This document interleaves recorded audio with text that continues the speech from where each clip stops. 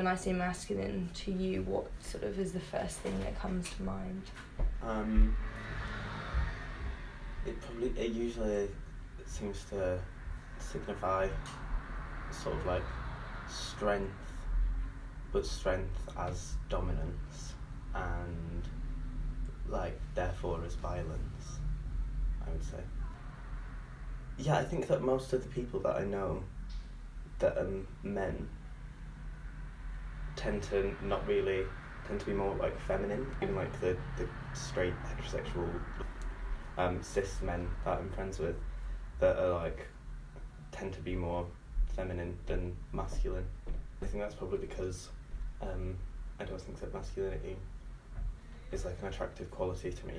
Like I'm not really like in any way. Have you ever grown a beard? No, I don't. I don't grow enough hair to be able to grow a beard.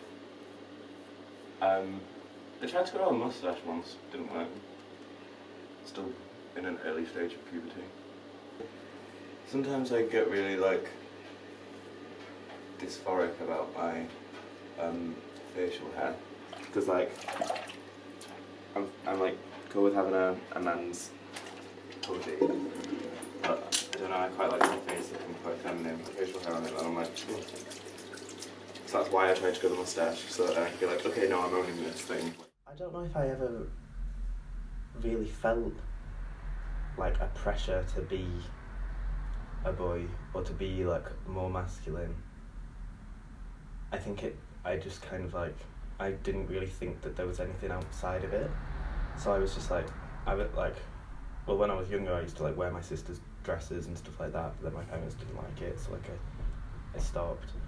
And then I don't know, I just then like got into like theatre rather than getting into sports, but I was interested in other things that weren't like typically boy things, but that I never really thought, it never really like occurred to me that maybe I wasn't a boy. I think it was only when I like moved away from home that then, because I'd always had, from the start of high school, I always thought that like gender was something that I didn't really see as fixed, and I thought that it was important to like for people to challenge the roles that they've been given by a gendered society. But then it was only when I moved away from home that I realised that probably the reason that I had that opinion is because the roles that were being assigned to me didn't really fit in with my own gender identity. Yeah, and what sort of roles were they that you felt you weren't fitting into? Like tough, and like being tough, and being like,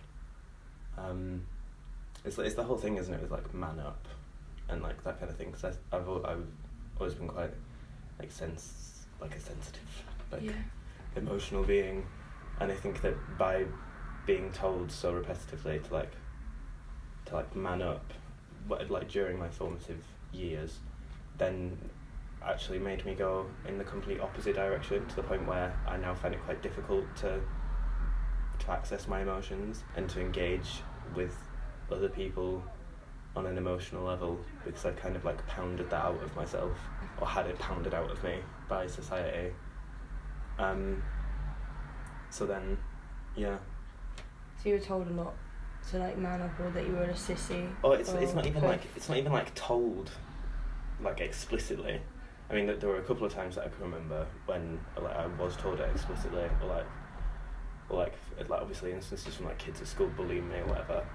But I don't think it even necessarily needs to be that explicit. It's just that we lived in a society in which I couldn't be that person.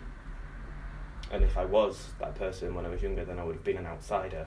And like obviously when you're going through puberty, you don't want to be an outsider. So I kind of bullied out of myself as much as I bullied it, as it was bullied out of me. Do you know what I mean? It's not about like getting rid of gender. It's about getting rid of a gender binary. There's no getting rid of gender. Like everyone has a gender. But the thing is, it's not that there are two. There are as many genders as there are people, and everyone exists within a certain place within like I want to say spectrum, but I feel like that's not even enough, because spectrum is so like linear, in which you imagine that you've got masculine and feminine, but like there's so many vectors of gender that it's like a plane. Everyone exists somewhere within this plane, and then tend to be punished into existing as one or the other of these things. I think it's just because the society that we live in bolsters that kind of like masculine thing.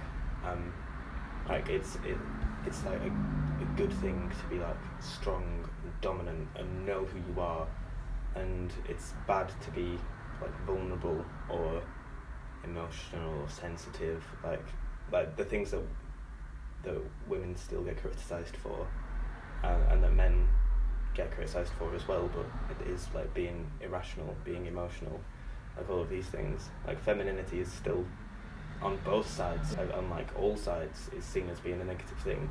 For me, like my identity and like everything that I am is like depends upon not being part of that binary, and therefore when people try and rigidly say that I have to be inside that binary, then that's like an offence, because it's an offence to my way of being. But I think it probably works the other way around as well, in that if they see somebody that exists outside of that binary, walking around existing outside of that binary, when the binary is fundamental to the constitution of their identity, because they are who they are, because they are a man and they are not a woman, and then someone comes along who is neither one of those things, then that's an offence to their identity. So they're like what's he doing? Like, why is he dressed like that? Like, why is he wearing girls' clothes?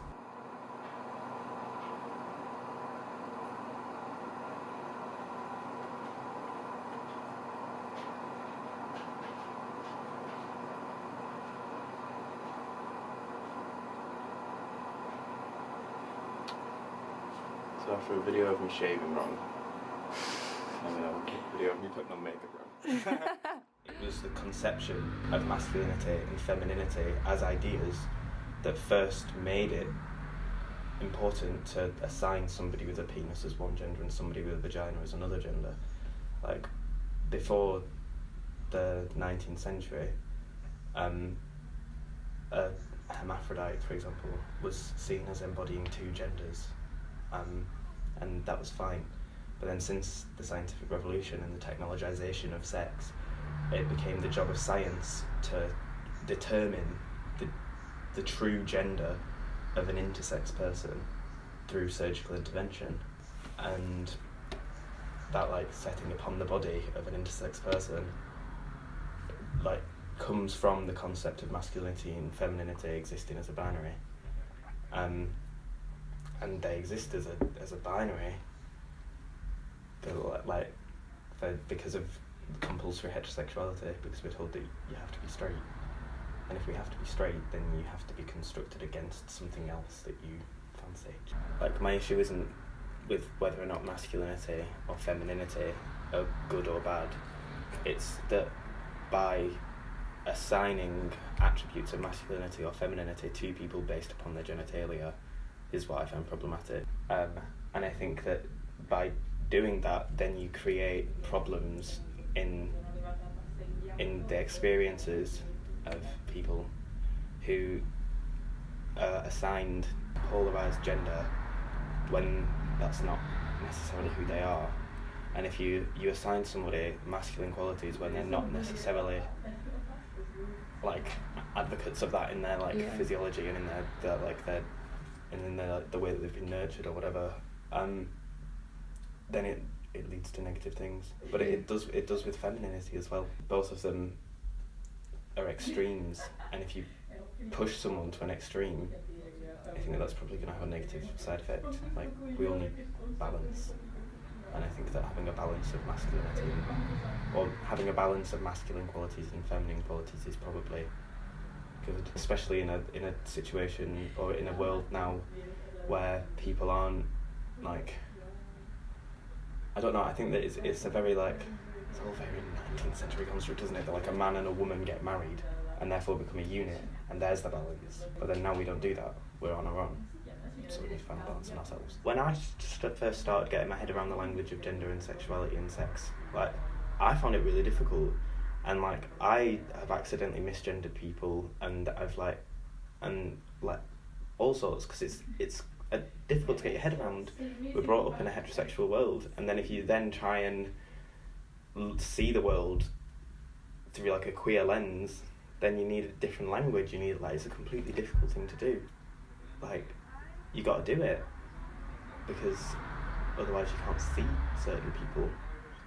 So I'd much rather learn this like new language and then be able to get to know different people that are like exist without a binary, outside of a binary, than to just keep focused on this strict way of thinking and think that they're wrong. Like, just, I look at myself and I look at all of the things that I'm interested in, and I'm like, wow, the world really is changing towards being this new kind of world.